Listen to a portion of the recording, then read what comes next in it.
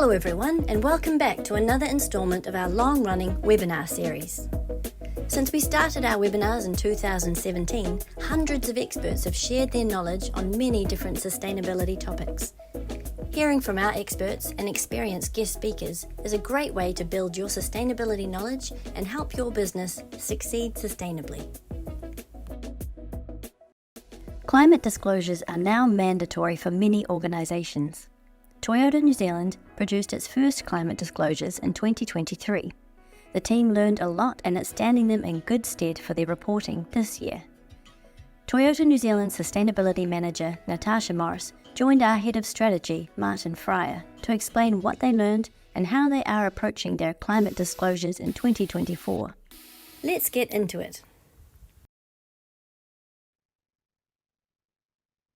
So a very sincere welcome to this webinar on climate-related disclosures. Ko Martin Fryer tōku Head of Strategy and Disclosures at ThinkStep. And ThinkStep has the pleasure of working with Natasha Morris and the team at Toyota New Zealand. And we're delighted to be able to share our experiences of preparing and disclosing climate-related risks and opportunities with you today. Let me formally introduce Natasha. So Natasha Morris is a sustainability professional with in-depth knowledge and experience in sustainability strategy, performance reporting, global reporting frameworks, and policies. Her role at Toyota New Zealand builds on close to a decade of sustainability reporting and consulting work in her home country of South Africa. Natasha is passionate about making a difference in society, and she believes her current role allows her to contribute to the decarbonisation journey in Aotearoa, New Zealand. So welcome, Natasha. So pleased to have you with us today. But I thought I'd start really with a bit of an overview of the process that we've worked through with Natasha and other clients, and then hand over to Natasha for her to provide a little bit more sort of detail and colour about how the process has actually been integrated into Toyota's broader sustainability plans and policies and how it's actually supported those. So delighted that Natasha's here because I think Toyota New Zealand is a fantastic example for us to talk about. I've just got a couple of slides by way of introduction, and hopefully you're all very familiar with the diagram on the right, created by the TCFD, or Task Force on Climate-Related Financial Disclosures, referred to in our own External Reporting Board, or XRB guidance. And just briefly looking at those four areas of climate disclosures, I suppose the two areas where it's been easiest for clients to engage in the process is the governance and the risk management, because those, in terms of disclosures, it's content that's already exists. If you're producing annual reports, financial statements, then you are already disclosing around your governance and your risk management systems and processes and who is involved. The difference with the climate statement is that actually the management of climate-related risks and opportunities just needs to be more explicit. The whole purpose of the kind of regulation and the drive for these disclosures is to ensure that climate-related risks and opportunities are integrated into existing business processes. So it gives comfort to the primary user, which is the investment community, that those risks and opportunities are being managed in exactly the same way as any other business risk or opportunity. So governance and risk management, it's essentially just editing, hopefully just editing existing kind of content. Metrics and targets, slightly different kettle of fish. This is all about your greenhouse gas emissions. This is about a comprehensive greenhouse gas inventory. So you understand your scope 1, 2, and 3 emissions, and in time that is kind of assured against the frameworks that we use, ISO 14064, the Greenhouse Gas Protocol, and that's an indication of your understanding of the impact your organization has on a changing climate because of your direct emissions, the ones that you actually produce yourselves, but also increasingly the focus is on the scope 3 emissions, which are the emissions associated with your value chain. So the area that we've probably been most helpful in terms of helping our clients produce the climate statement is this an area of strategy. And a significant part of that is actually undergoing a scenario analysis. So you actually understand the risks and opportunities that could potentially impact your organization, and you develop a transition plan as we transition to a low carbon economy, as we transition, knowing that there will be a changing physical climate. You have to kind of develop your understanding of those risks and opportunities to then develop the strategy. So that's really where we've been most helpful, I think, to our clients. And the process, the initial element of the process, and quite a crucial one, is actually identifying the team that you are going to use to help you through this process. And essentially, it ends up being a kind of vertical cross-section through an organization, because you want your executive involved, you want governance involved. That's very important to see that in disclosures. But at the same time, when you're drilling down into the risks and opportunities your organization is going to face, then you need the people at the management and operational level involved, so they understand the process, but they also understand their role in implementing a transition plan when that comes into play, having done the scenario analysis. So we kind of start with establishing the context, because what you have to bear in mind, and I think it's a really important point, is that that team that you are engaging with will come to the workshop, and we've used 2 or 3 different workshops at Toyota, but they come to that initial workshop very, very different understandings around what climate change is, let alone how it might impact the organization, let alone how it might impact them as an individual. Using existing information and capturing existing information is really important, and we basically do an initial workshop which is looking at a baseline. So this is looking at recent experiences that an organization has gone through, and it might have been from a physical impact, such as a recent flood or a storm event, and we capture that and we use that as a discussion point. Similarly, on the transitional side of things, the majority of organizations we're working with have experienced increases in, for example, energy and fuel prices, because we have a price for carbon in the New Zealand economy. So it's teasing out some of those examples that are happening right now to educate and raise awareness within the team before we even get into looking into the future and the scenario analysis process. But we see that as a really effective way of engaging the project team. Then we get into the scenario analysis itself, and we talk about what the plausible futures might look like, and look at those risks and opportunities under the usual, the standard. What happens if we get 1.5 degrees of warming? What happens if everybody knuckles down with the policy and wants to achieve the limiting of global warming to 1.5? And then right up to the other extreme of, well, what happens if the temperatures start getting up to 3 degrees and above? It is quite an intense process, but we found people do get behind it and do get engaged. At the end of it, obviously, we present the results in a workbook format. So in theory, that team can do it again in 12 months' time. So we're enabling our clients to continue to do it in the future. We provide a kind of report which facilitates the production of the climate statement, and a methodology report that facilitates future audit. And in the case of Toyota, we've actually handed the whole thing over to our comms and creative team, and we have actually helped them produce the physical disclosures themselves. So that's a very brief and high-level overview of the process. And I'll now hand over to Natasha. Over to you, Natasha.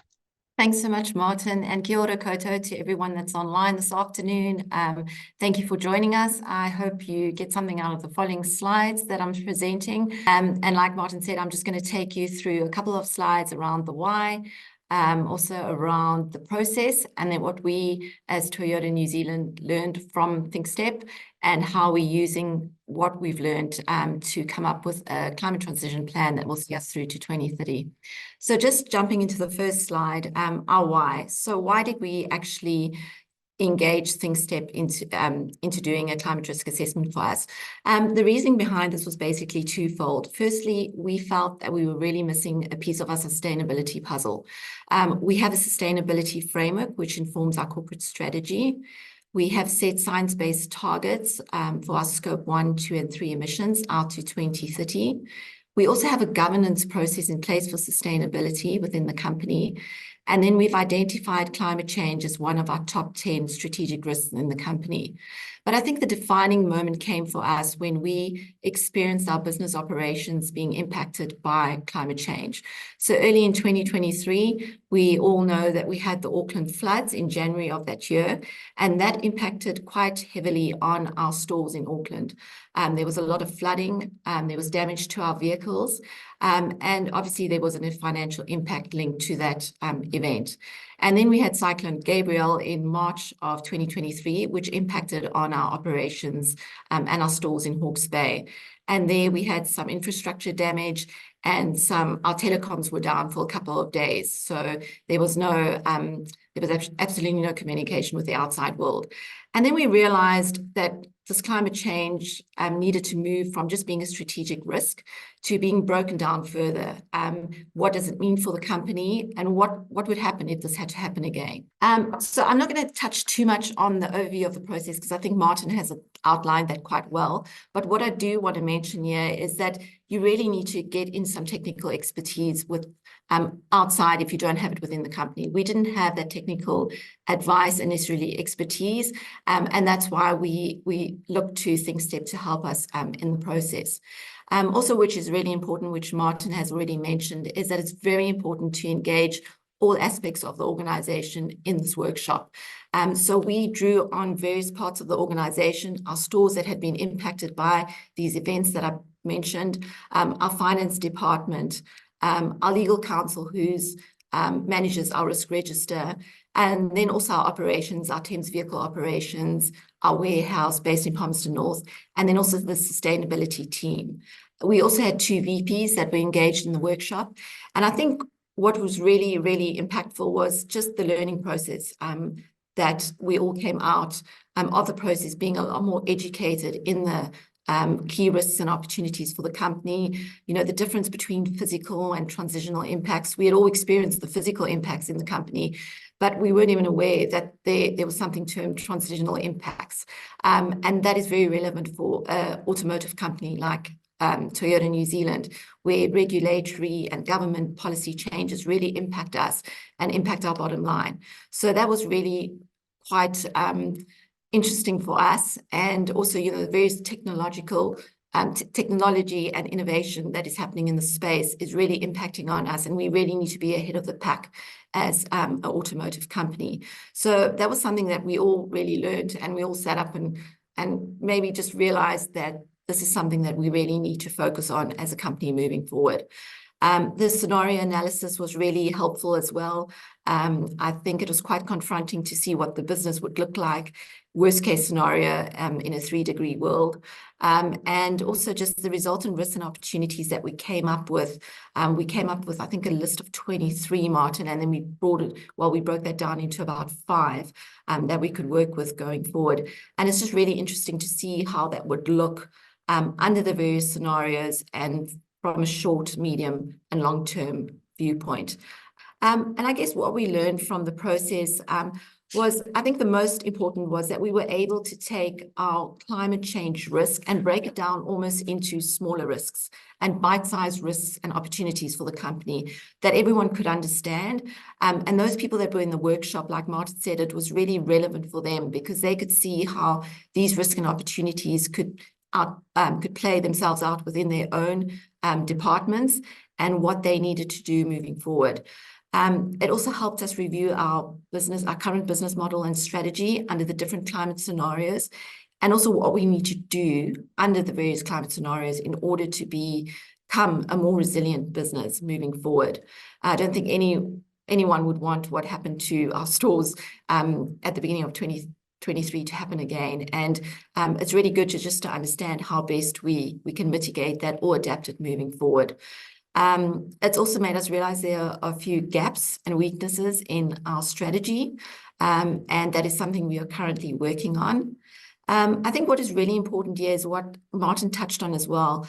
For us, it was quite a daunting exercise when we realized we needed to come up with these 4 disclosures and come up with a climate risk assessment. But working with thinkstep and the team, we realized that we had a lot of this information in-house already, especially the work that had been done around our risk register, our governance procedures, and also our metrics and targets. I think where we really struggled was our strategy, because obviously we had a sustainability framework that informs our current strategy, but we're really missing the piece around climate change and the risks and opportunities and how we now need to focus on that moving forward and really embed that into our strategy and come up with various options over the short, medium, and longer term in terms of what that may look like for the business. And for me, it was quite interesting just to see how all these different disclosures almost interconnected, and it gave just that bigger picture of what the company looks like almost under a climate change banner. So it was really nice just to see how all the various pieces of the puzzle fitted together. And I think that was quite a huge learning personally for me, just to see how all the pieces of the puzzle fit together at TNZ. So this is just briefly our top 5 risks and opportunities that we were able to identify with the help of thinkstep. And what we're currently working on, which is quite a big piece of work, is basically our climate transition plan to 2030. So what would that look like? And what is our action plan to actually get there? So taking each one of these risks and opportunities, breaking it down further, and seeing what we need to do to get to a lower emissions, climate resilient future, and how we as Toyota New Zealand can contribute to the bigger picture in New Zealand as well. So this is quite a big piece that we're currently working on. Yeah, we're hoping to disclose that in our annual sustainability report, which will come out at the end of this year, and try and bring together both the climate risk report and the sustainability report. It may require some updating because unfortunately we missed our target last year of the climate report coming out after we had released our sustainability report. But we feel that both of these need to be seen almost as one report. So we will probably work a little bit further with thinkstep to just update it this year and see how best we can combine both reports, because I really think the climate transition report is part of the overall sustainability report, as we embed that also in our company strategy. Just in closing, because I am mindful of the time and I would like to get to some questions and answers. So at the end of the day, as much as we often don't like to admit it, compliance does drive change. We saw it within our own organization that having to just have a tick box exercise, it was so much more this whole process. I think for us, we really educated parts of the business that would not normally be involved in sustainability and climate change. And it was just really nice to know that you almost had the backing of those departments now as you start rolling out your climate transition plans, and everybody's pretty much on board with what that means for the organization, why we're doing it, and the need to do it as well. It's elevated the importance of climate change in the organization. And like I previously mentioned, it's really informed our strategic planning going forward. And we're really looking forward to compiling and completing our transition plan and building our roadmap to 2030. And yeah, I just want to thank thinkstep because they were really a critical part of the whole process. And I don't think we could have done it without their help and guidance. So thanks for that, and open to questions. Thanks, Martin. Thanks, Natasha. Thank you very much indeed. Let's just have a look at some of the questions that are coming through. So there's one here from Simon Harvey.